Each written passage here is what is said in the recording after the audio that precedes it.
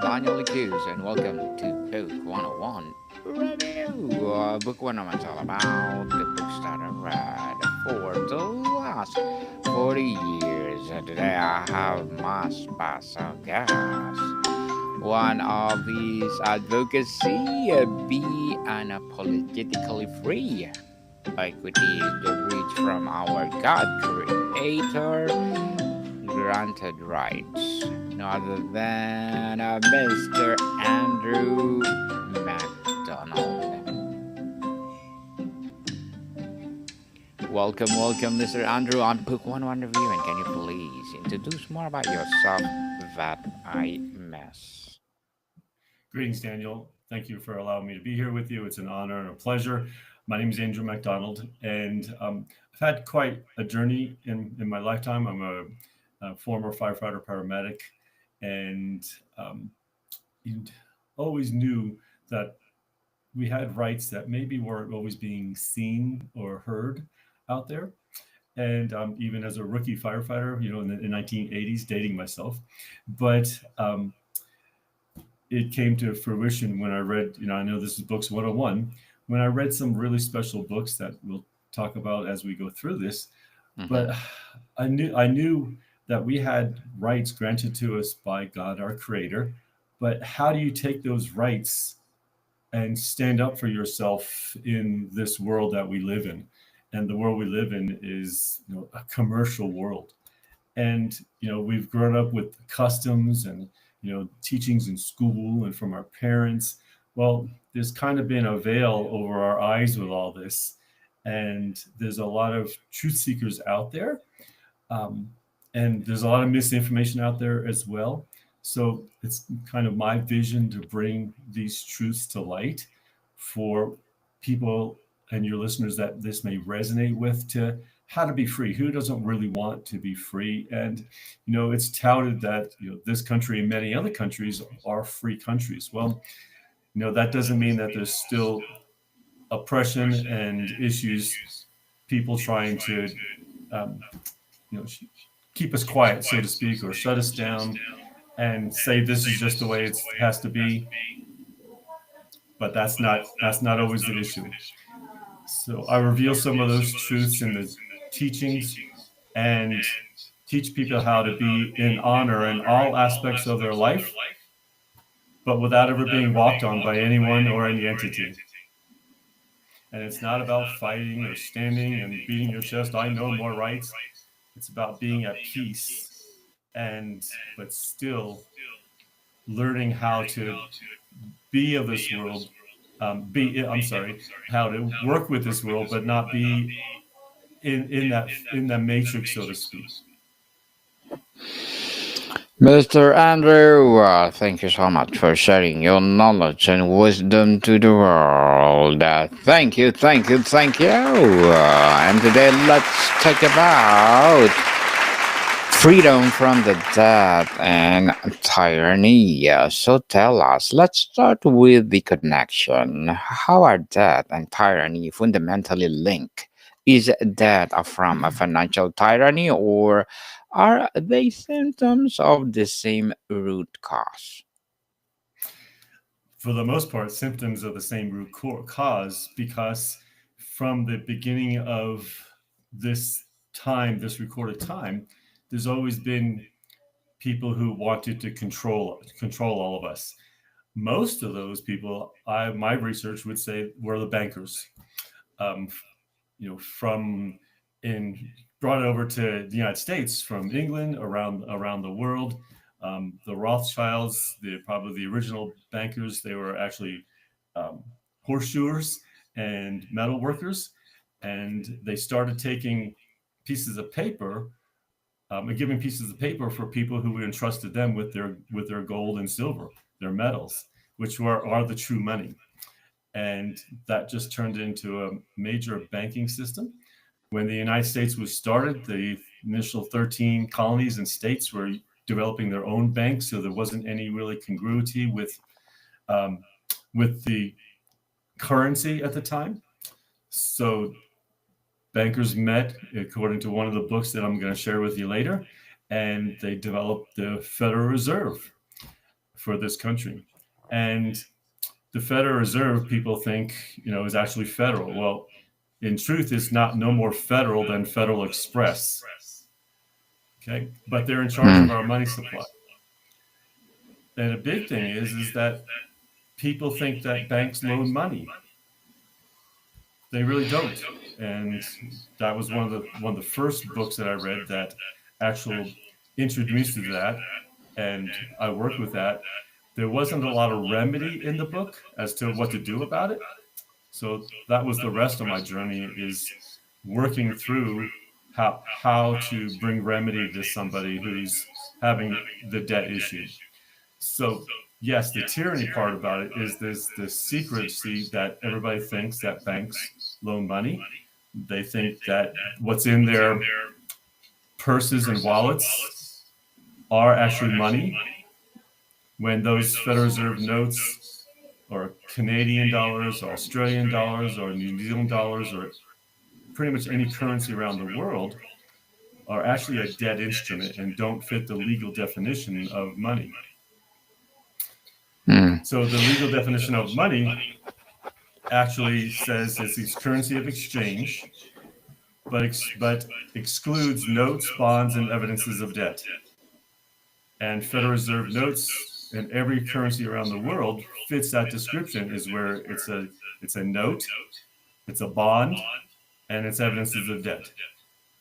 So what is in your wallet and purses doesn't fit the legal definition of money. I'm not saying it doesn't have value, because it can be exchanged for goods and services, but it's not money, and it cannot pay a public debt. It can only discharge debts. How can you pay for something with a debt? You can only discharge a debt. Beyond the numbers, what does the psychological tyranny of debt feel like, and how does it silently steal our life choices, peace, and future? Wow, that's a loaded question, but my best explanation for it would be is that the lack of knowledge. Probably my best explanation for that should resonate with people, especially people who have bought their home and received a quote unquote loan from a bank. And then according to the Federal Reserve and the CPA auditors and the economists have really dug deep into this, understand that the promissory note that you sign sitting across from a banker or a title closer, that promissory note is deposited in a transaction deposit, which is the same description as if you had written a check. And that promissory note is stamped on the back for deposit only. An account is opened. That promissory note is deposited into it, and that's what pays or purchases your home.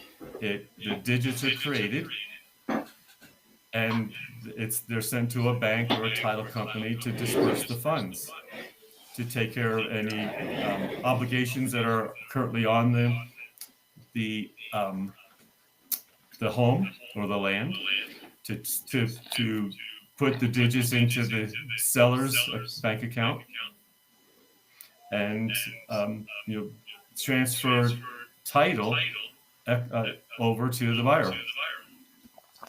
But your house is paid for at closing. The problem Mr. is Andrew.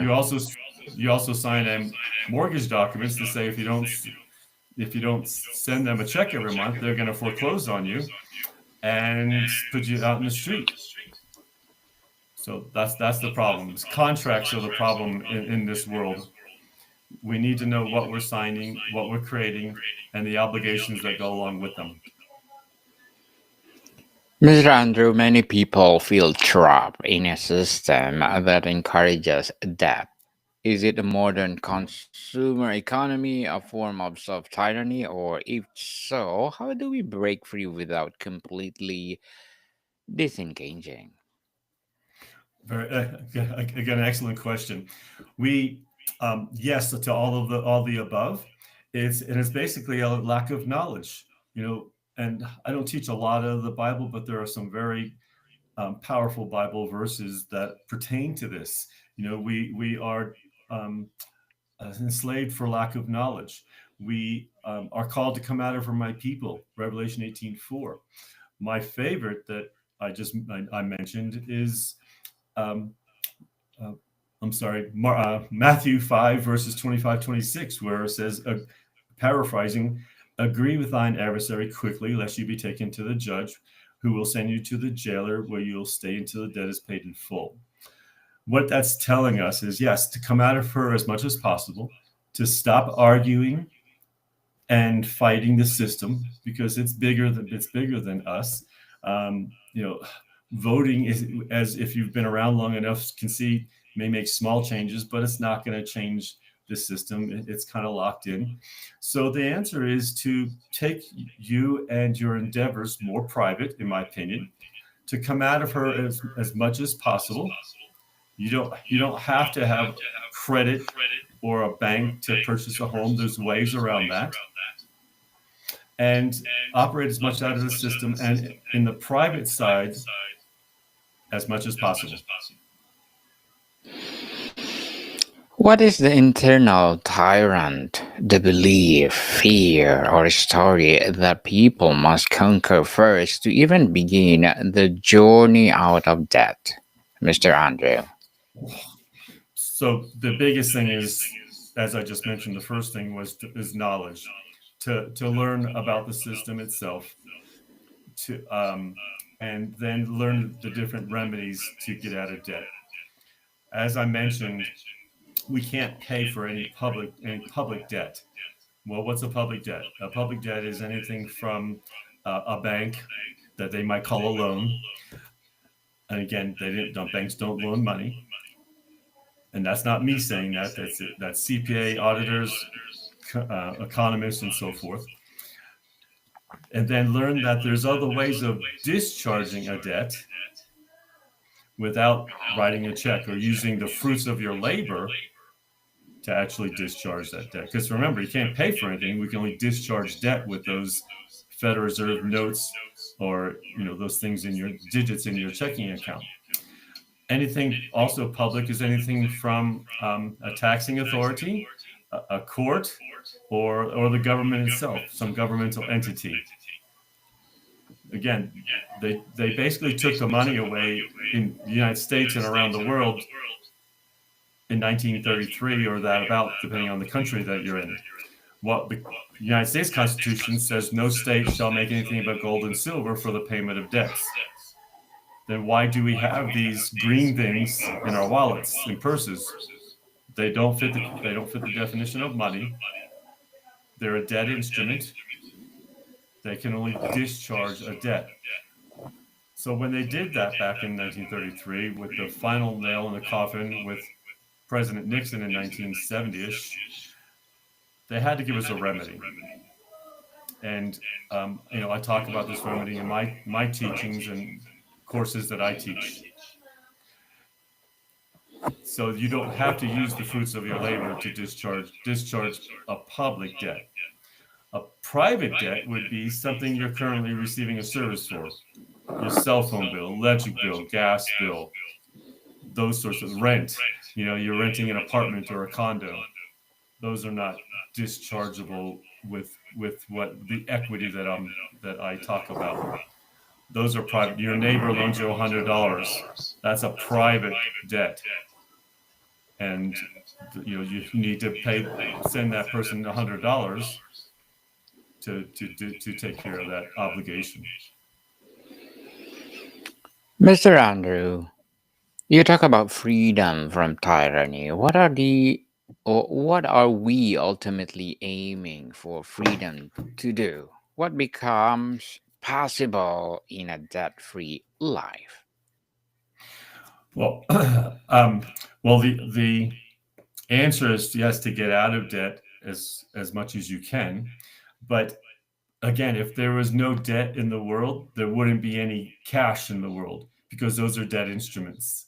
So it's not just about getting rid of the debt system.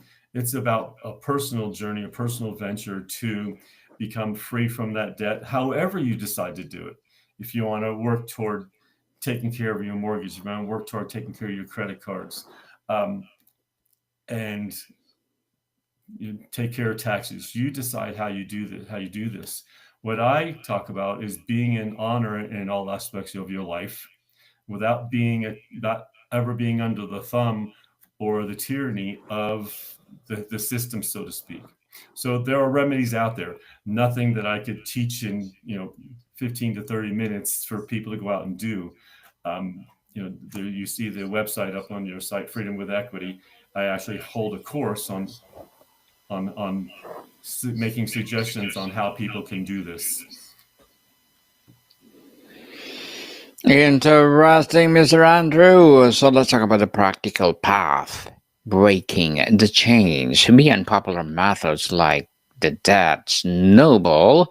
What is the most powerful but under underappreciated psychological tactic for staying motivated during the long grind of debt repayment? So again, yes, the psychological aspect. I like to think of the spiritual aspect of this. Um, my rights are granted to me by God, my Creator, but there has to be a bridge. How do we take that over to the commercial world of the banking system, the taxation system, the government system, the court system, the judicial system, and equity is that bridge. So, what is equity? Equity, by definition, is the justice by fair dealing. But that word justice can be taken not just in court situations, but to expand to pretty much everything we do in our lives. Anything commercial, and pretty much everything is commercial in our lives.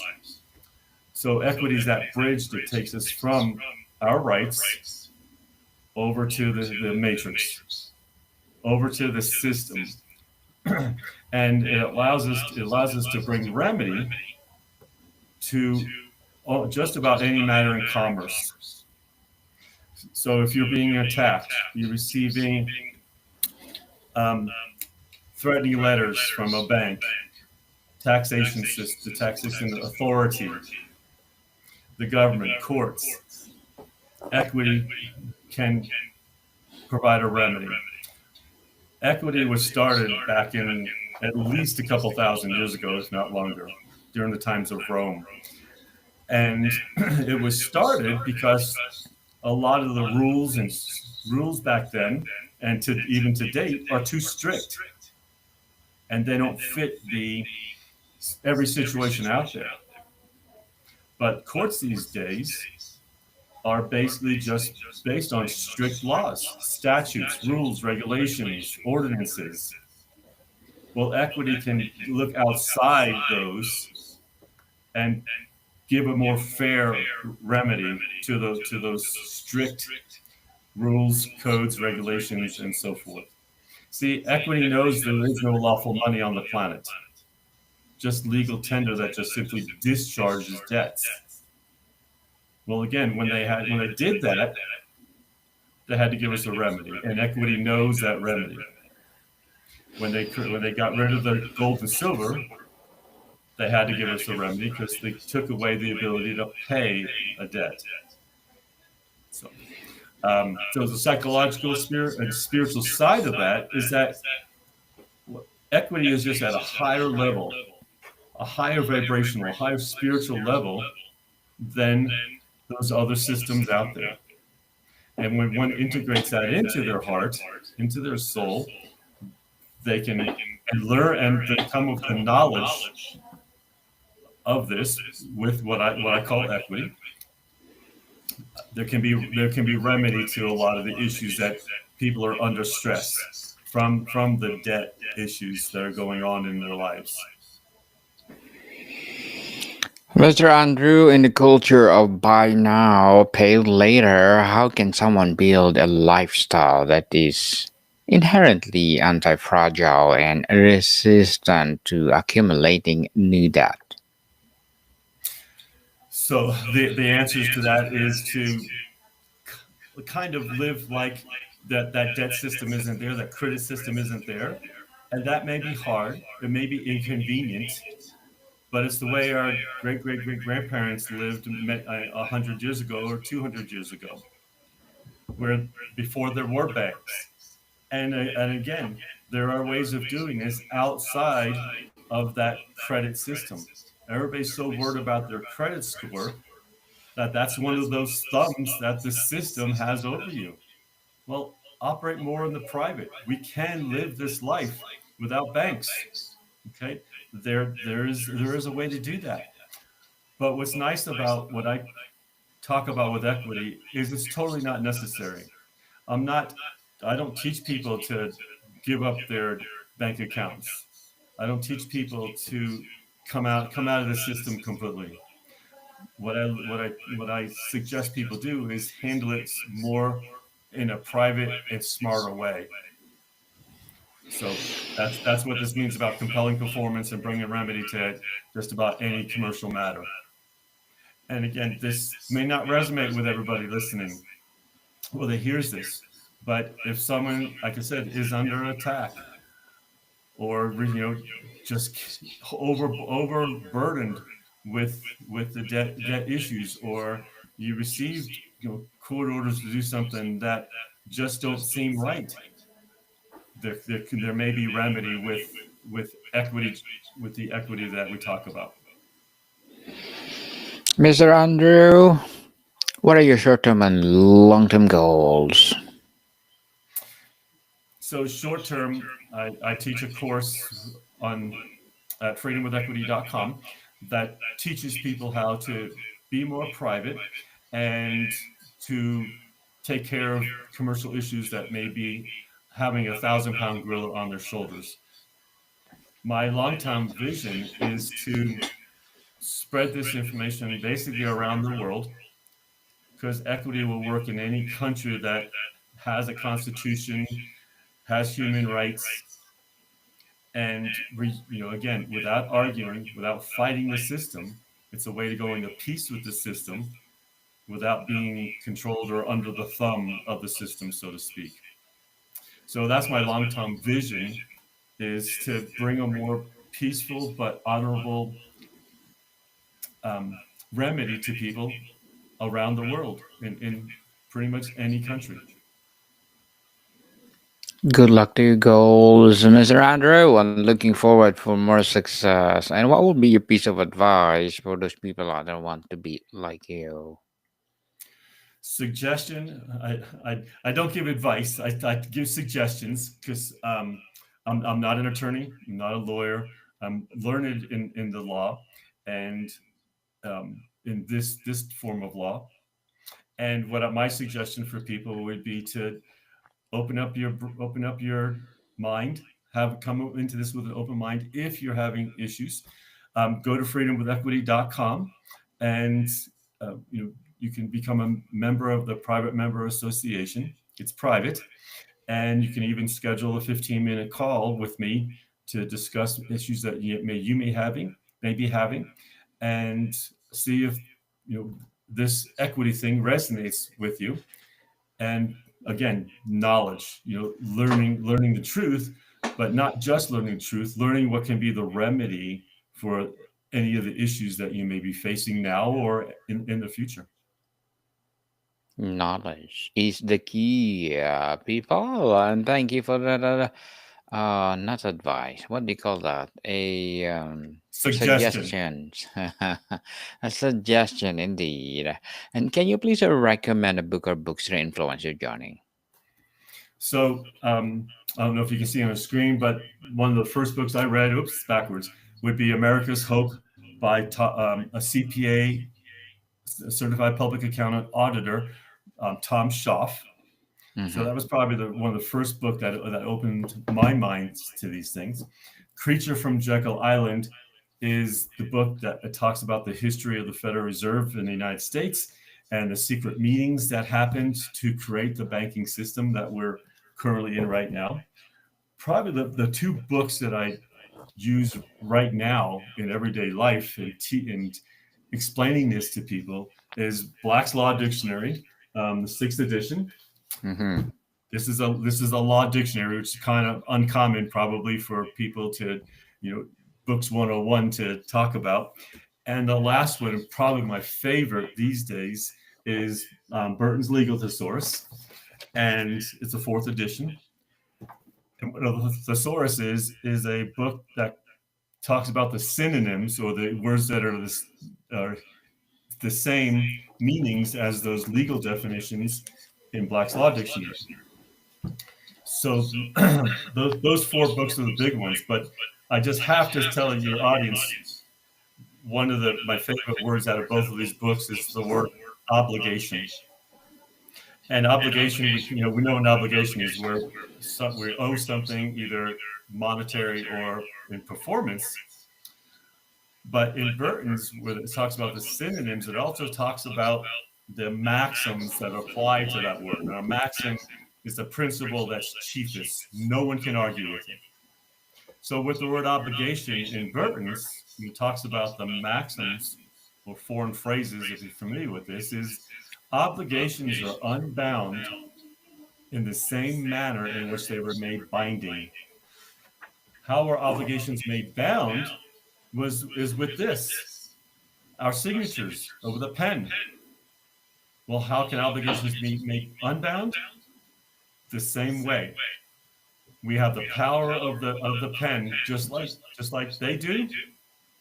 We have the same power. Just need to have the knowledge and have the knowledge to how to put that knowledge to use. Well, thank you for that recommended books, Mr. Andrew. And if you could instill one core principle in every young person about avoiding traps of debt and tyranny, what would it be? Learn equity. learn learn how to stand on your rights without being belligerent, a combative. I know my rights. No. If this is a matter of being peaceful with the system without being walked on. So imagine being 18 years old, just coming into this world, just coming into contracts. Know what you're signing. Read the contracts and know if there's any hidden contracts associated with those. The best example is the driver's license.